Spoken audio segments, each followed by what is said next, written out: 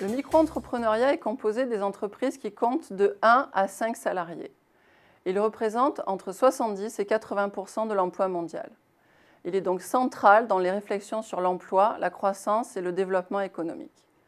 Cependant, en l'absence d'opportunités d'emploi, le micro-entrepreneuriat est souvent considéré comme un entrepreneuriat de nécessité, ce qui n'est en général pas productif.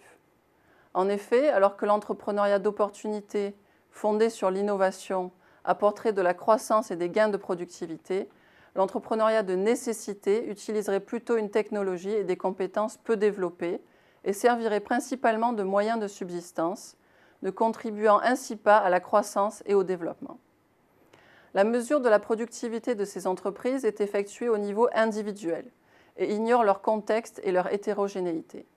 En particulier, en termes de contexte, il est nécessaire d'estimer les retours du micro-entrepreneuriat, non pas au niveau des individus, mais de leur ménage, au sein duquel sont imbriqués la propriété, la gestion et les décisions, l'épargne et le financement, la production et la consommation.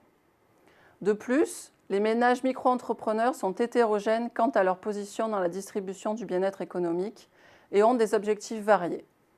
Supplémenter leurs revenus et leur consommation, pallier à leur vulnérabilité, échapper à la pauvreté, augmenter leur statut social ou acquérir des bénéfices non pécuniaires. Ce bien-être peut être mesuré grâce à 3 indicateurs couvrant différents périmètres. Le revenu, qui inclut des éléments court terme de marché, la consommation, qui inclut des éléments court terme de marché et hors marché, et les actifs, avec des éléments long terme de marché et hors marché.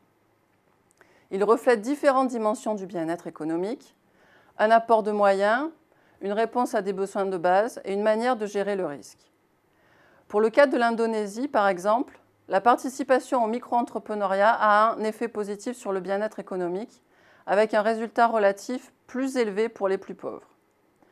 Pour cette tranche de la population, le micro-entrepreneuriat a un fort impact sur le revenu additionnel, qui se traduit par une consommation plus élevée et de manière plus intéressante par une plus grande accumulation d'actifs, qui représente un bénéfice de longue durée pour les ménages qui en ont le plus besoin.